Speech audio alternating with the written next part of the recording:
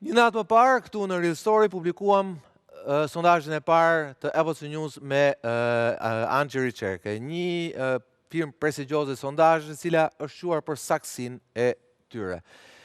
Shifrat cilat ja vlen të diskutojmë sot pas atij prezantimit gjatë dje, siç u premtova, jam sërish me grupin e kolegëve të mi për të folur për shifrat, për të folur për faktin që po e konfirmojnë edhe sondazhe të tjera.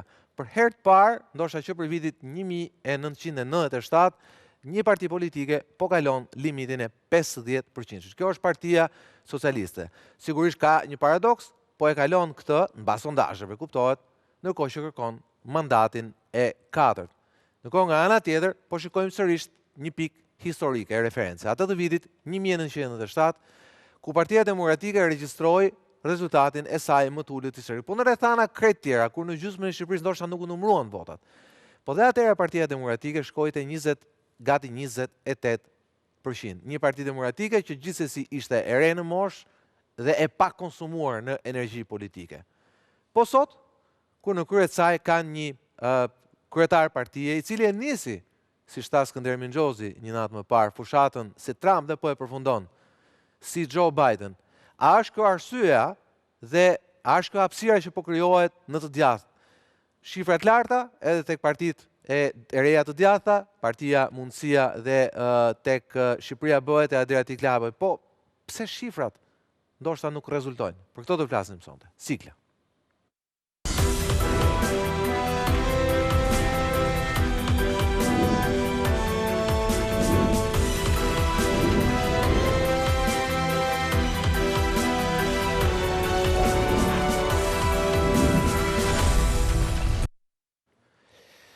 Mimbroma dhe mirë se vini në Real Story, me mua në program, jam Skënder Mingjozi, mimbroma Skënder, Martin Leka, mimbroma Martin Frok Qubi, mimbroma dhe Roland Lam, mimbroma.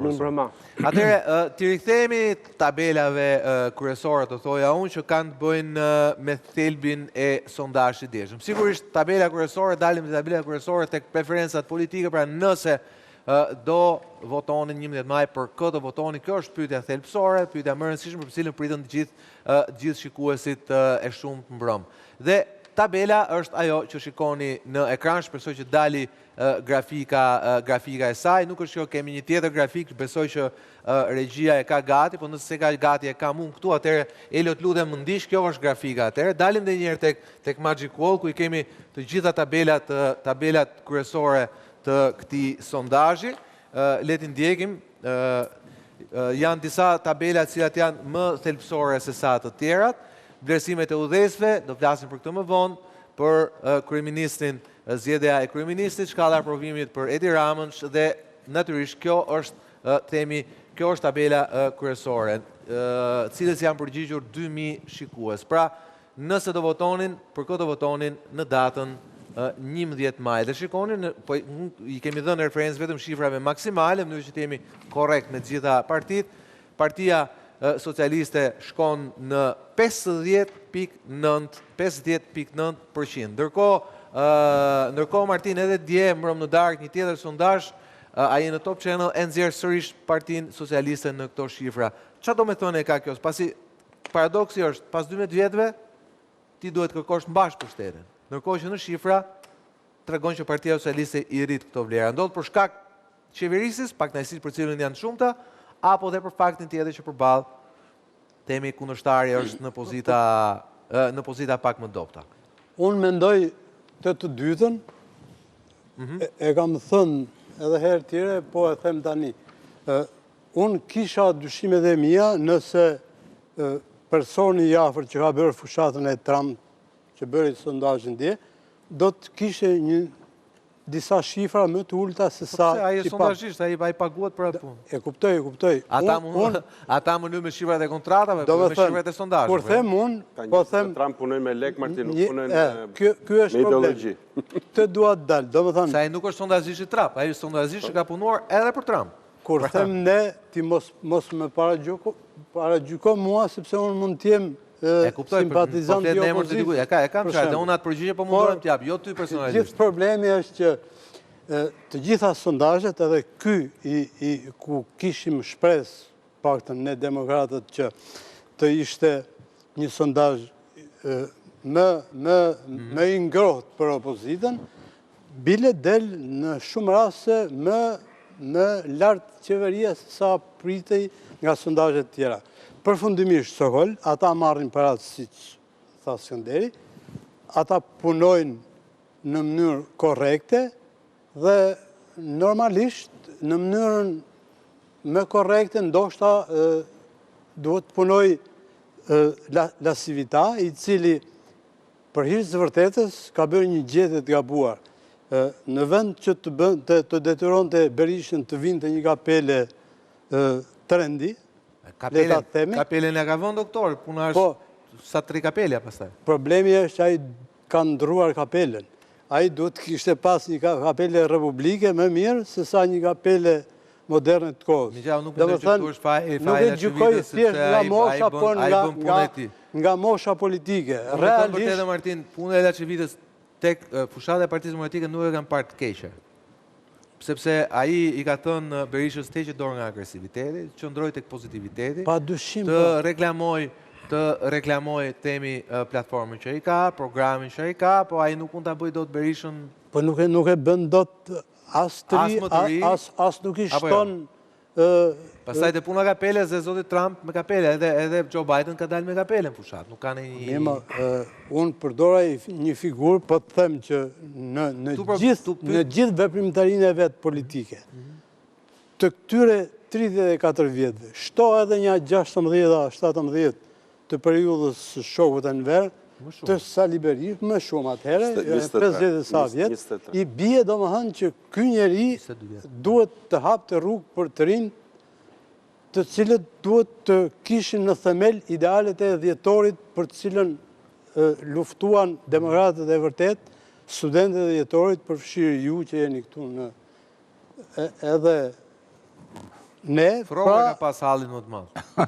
Sigurisht. Edhe Skënderi e ka pas një lloj halli, po e ka pas çik nuk u mor më atë punë, po Froga e pati hallin më të madh, e zjati çik hallin më shumë. Problemi që janë fshirë të gjitha këto dhe pas 35 vjetëve, po e lëm periudhën e komunizmit, pas 35 vjetëve, ne jemi në këtë fazë që duam ndryshimin me një leadership që ka në krye pikërisht Sali Berishën, i cili nuk ka ndryshuar asgjë nga gjithë forca, agresiviteti, dia për demokracinë, sjellja demokratike e tjera tjera. Kështu që unë nuk kam shpresë dhe këtë e tregojnë sondazhet të cilët të gjitha... Unë mendoj që këto të dhëna jo vetëm kjo studio, por në disa studio të tjera që po bëhen matje, na tregojnë një gjë që e gjithë ajo që është thënë për studio, në lidhje me reformimin e opozitës, ka synuar jo thjesht për të demonstruar një paragjykim që po bëjmë opozitën e opozitës, por për të treguar një gjë tjetër, që nuk mundet të vish në pushtet, vetë duke u mjaftuar, duke goditur qeverisjen, duke mos u reformuar veti si alternativ qeverisje, sepse njerëzit nuk gjykojnë vetëm qeverisjen, por gjykojnë dhe alternativën që i ofrohet përballë për të zgjedhur. Dhe kjo ka konsoliduar idenë që ka kapitali më i mirë i kësaj qeverisje është të ketë përballë zotin Berisha. Dhe sondazhi pikërisht këtë gjë tenton të tregojë që njerëzit dhe brenda Partisë Demokratike duhet kuptojnë që nuk mjafton vetëm duke goditur dhe atakuar qeverisjen dhe duke mos u reformuar vetë, sepse njerëzit në llogaritë fundit nuk kanë vetëm vot proteste apo vot kundra për konsumimin e qeverisjes, por kanë dhe vot kundra alternativës që i afrohet kësaj qeverisje. Dhe të dhënat, paradoksalisht, na tregojnë, në vend që të kemi një konsumim të qeverisjes, që do të manifestohet në vota, ka një konsumim të opozitës, që manifestohet në vota. E vetme gjë që s'kuptojnë Skënder është që, okej, besoj këtu bim dakord gjithë që themi aseti më i madh elektoral i të majtëve dhe i zotit Rama është zotit Berisha, edhe në plan individual, ne i kemi dhënat, besoj, ju lutem regjia në kolona, ne i nxirrni pak preferencat edhe personale për Ramën, dhe këtu jemi të shifrat e partive, po dalim të shifrat individuale. Preferencat si kryeministër duken qartë, Skënder, që 64.3% ka përcen funksionin e tij si politikan, pra dhe një pjesë shumë e madhe e palës tjetër, e shikon Ramën si kryeministër më të mirë se Berisha. Po gjithsesi paradoksi i kësaj gjoje, nuk e di pse ngel ky sondazhi këtu, por paradoksi i kësaj gjoje Skënder prap, okej, aseti më i madh është padyshim rënia e PD-s. Po si ka mundësi që rritet? Pse nuk rriten tjerët? Pse rritet Partia Socialiste? A është një anomali? Duke ardhur këtu me Lamin, diskutuam një gjë që unë dëshiroj ta ndaj me ju. Sepse mendoj që është thelbi i asaj që po ndodh sot numerikisht në fushatën e zgjedhjet 11 majit. Unë mendoj Sokol që ne ndodhemi në hapat e parë të rrënimit të asaj që unë e konsideroj si partitokracia 34 vjeçare në Shqipëri. Si ka ardhur kjo? Kjo ka ardhur me rrënimin e imazhit të liderëve politik, me hetimet e SPAK-ut, me mbingopjen e publikut dhe mërzinë e publikut me të njëjtat figura politike, dhe kjo po fillon të manifestohet paradoksalisht. Kjo shtëpi e vjetër politike po fillon të shëmbet nga krau i saj opozitar, ndërkohë që krau tjetër vazhdon për momentin të ruaj kuotat. Pra çfarë shoh unë? Ne kemi këtu Sokol, ti e them drejt, është për të qëndruar brenda marzhit gabimit 47 me 51, po i rrumbullakos Partia Socialiste. Mesi do t'i binte diku ke 48-49. Jemi fiks në shifrën, në sinoret e shifrës 48.7 të vitit 2021.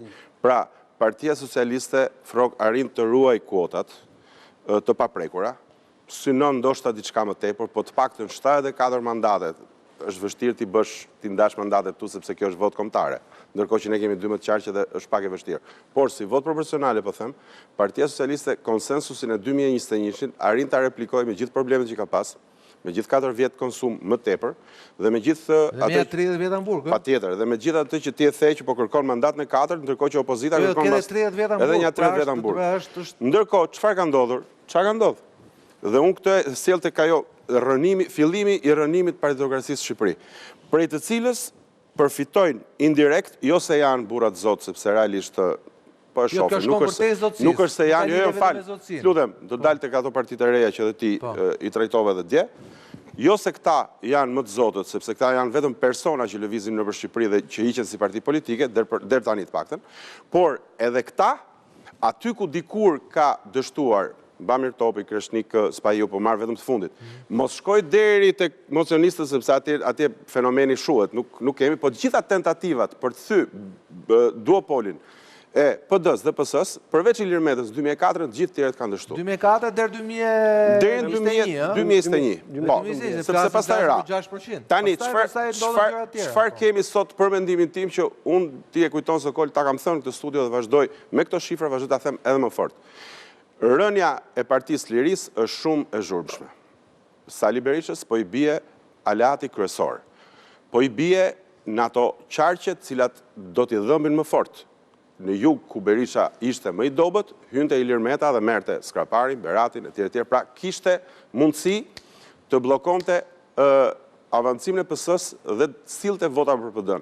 Sot ndodhemi përballë një fenomeni ku në kuadrin e rënies së saj partitokracie pra të vjetër, fenomeni më i dukshëm është që Partia Lirisë me shkrirjen e çiftit që ka justifikuar prezencën dhe qenien, ekzistencën e vetë partisë, bie dhe ne do ta shohim se në zgjedhje do t'i marrin vesh më në fund votat, ne do ta shohim se në qoftë se, dhe këtu i kam shifrat, në qoftë se në 2021-shin, Lulzim Basha mori 39.4% i vetëm. Ja ku e keni shifra poshtë. Dhe Monika Kryemadhi mori 6.81% si parti, gati 7%, dhe po t'i mbledhim këto dyja shkojmë në kufit e 47%-shit, sot ne kemi 25 parti në kuadrin e asaj që quhet ASHM, ku është edhe partia e Metës, do të thot ish LSI-a, e cila sot vlen vetëm 35%. 37,1%. 37 është maksimale.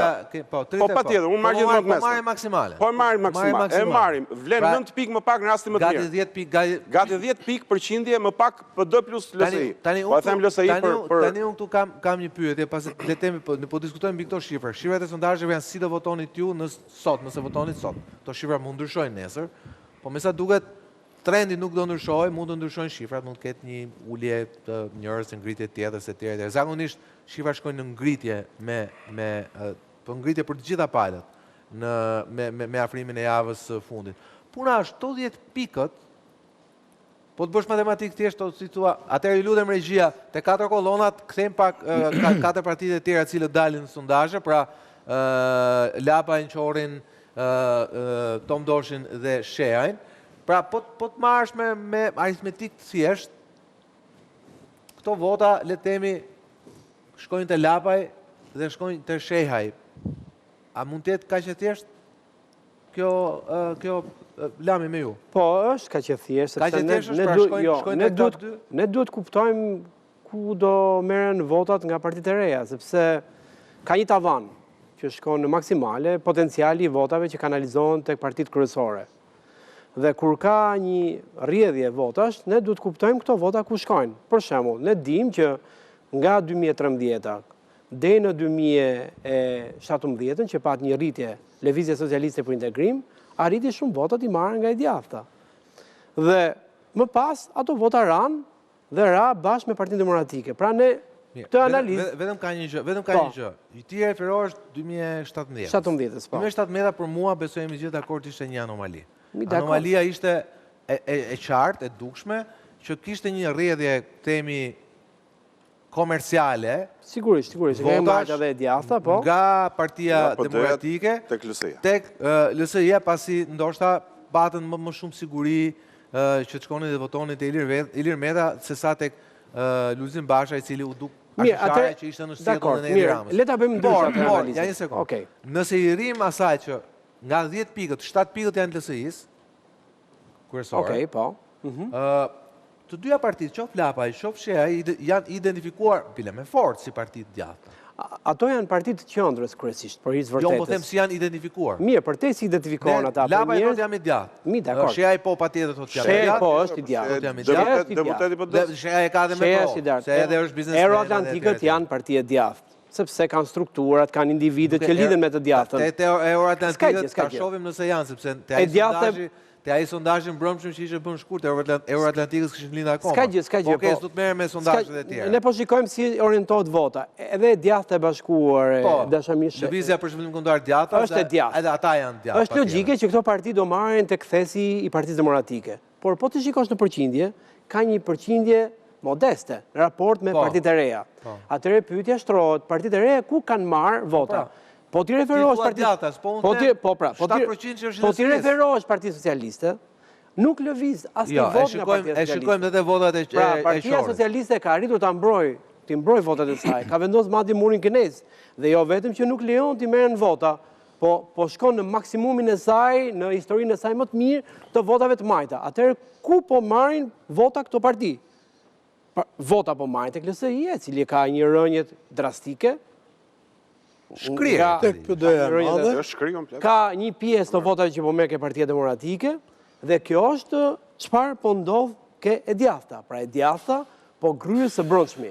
Partitë e vogla po shkyen në mënyrë figurative partinë kryesore që është Partia Demokratike, e cila nuk arrin dot, jo vetëm të mbajë votat e 2021-shit, që është në kuotat e 39%-shit, por po zbret dhe rrezikon të shkojë dhe në vota ndoshta të 97-s. Kjo është frika që po ndodh brenda Partisë Demokratike. Po guxoj të bëj një pyetje, që është prap paradoks, pasi gjithë situata është paradoksale në këto zgjedhje. Mos vall themi rënja e LSI-s si një mini kull, mini kështjell elektorale, sepse ajo ishte, çdo sondazh nxjerrte 1%, 2%, pastaj dilte në rastin e pra edhe kur e drejtoi zona kur e madhe, shkoi gati 7%. Mos vall paradoksalisht kjo rënje e kështjellës së LSI-s për shkak se themi mbreti i saj sot është një tjetër kull. Zonja e parë nuk është më zonja e parë.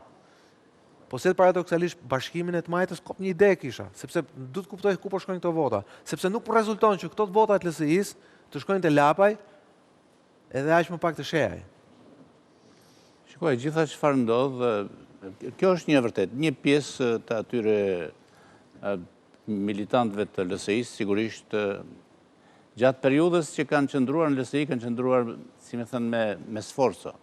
Kanë qëndruar, si thuash... Ose kanë qëndruar, jo me sforco, kanë qëndruar me sforco të ndarë nga PSOE. Po pra, me sforco të ndarë, këtë gjë po duhet thënë. Kanë qëndruar me sforco atje, jo se atje janë dhënuar, po kanë qëndruar për shkak të interesit, për shkak të, po ne jemi të majtë, po ne jemi socialistë, pse nuk shkojmë atje. Po edhe për shkak se Ilir Meta ishte figurë qendrore. Edhe për atë arsye. Edhe figurë fort qendrore. Edhe sot që është në qeli prap, mbetet figurë qendrore. Sidoqoftë kanë pasur përfitime dhe kanë jetuar si një parti jo ideologjike, kanë jetuar si një parti interesash, si një parti përfitimesh, si një parti punësimesh, për të mos thënë gjëra të tjera, pastaj të cilat ne i dim. Ato jeton spaku. Po, i di tjetër kush, i di spaku.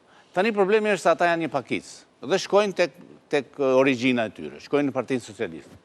Po, ato janë një pakicë, fenomeni që po ndodh, ajo çfarë ne na bën të vihemi në pyetje, edhe të themi çfarë po ndodh, vërtet diçka po ndodh aty, se po ti mbledhish gjithë ato partitë e vogla, dalin rreth 100% ku janë, ku vjen, kush se Partia Socialiste nuk mund ta dyshosh që është tek 50 që dhe unë mendoj se... Ja, të vërtetë në 50 mu më duket i të qik, po kur e shikoj që e kanë gjitha sondazhet, pastaj jam e prirur tem që ndoshta kjo është tendenca.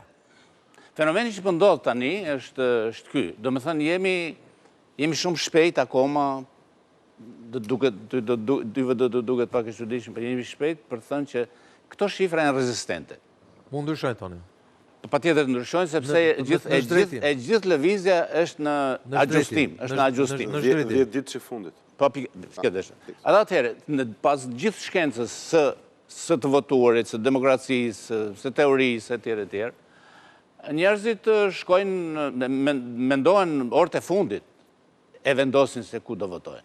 Dhe këta janë që kanë votuar, që votojnë këto partitë e vogla, janë... Sa për themi për kujtes, të gjithë shifrat bazohen mbi njerëz cilët këtë sondazhit, bazohen mbi njerëz që kanë thënë do të votojnë. Do të, ja pra. Në 11. Ka një hapësirë kohore, ka një hapësirë, ata s'kanë vendosur. Që 14.7% që thatë ju nuk e kanë vendosur akoma. Pikërisht. Pikërisht. Unë shikoj, do me thënë, ata të gjithë, do me thënë, janë njerëz të zemëruar, janë njerëz të pavendosur, zemëruar dhe me PD-n dhe me PS-n, sigurisht. Po. Dhe janë të pavendosur, akoma se kanë menduar dhe një telefonate që i bie për shkak sondazhit ata fare mirë, do votoj Lapajn, thotë. Po në fakt Lapajn nuk e voton. Pra ju thoni që realisht Lapaj është njeriu, është partia që s'ka dhe përgjithsisht partia që nuk ka një target, partia që nuk ka një logo, partia që nuk ka një sniper për të gjuajtur mbi në thonjza, për gjuajtur mbi qëllimin e tij. Ashtu e të njëjtin gjë mund të thuash për partinë e Shehit, patyshim. Jo, kam përshtypjen që ju keni drejt nga këto partitë e reja. Vetëm gjë që thonë ata thonë jemi të djathtë dhe të rrëzojmë Ramën. Po jemi shumë vonë për të bërë option në politikë. Në politikë ka një qëllim, ka një synim. Ka një parti irlandeze për shembull që thotë unë do të gjuaj korrupsionin. Ose do të liroj Snowden nga burgu. Janë qëllime të drejt për drejta. Këta nuk kanë ende një gjë që për cilin... E para, e dyta, është një problem i madh të çfarë krijon këtë anomalinë. E krijon fakti që Partia Socialiste tashmë nuk është thjesht një parti, është një majorancë. Partia Socialiste e ka mbuluar, thujse e ka mbuluar gjithë fushën politike të vendit. Do me thënë, nuk ka ku shkon Skënderë, nuk ka ku të vej të gjej ushqim një parti e vogël, sepse si ka caktuar vetës qëllim, se po ta kishin menduar këtë gjë, do ta gjenin ushqimin e tyre. Pa të djathët i ka mbuluar Partia Socialiste.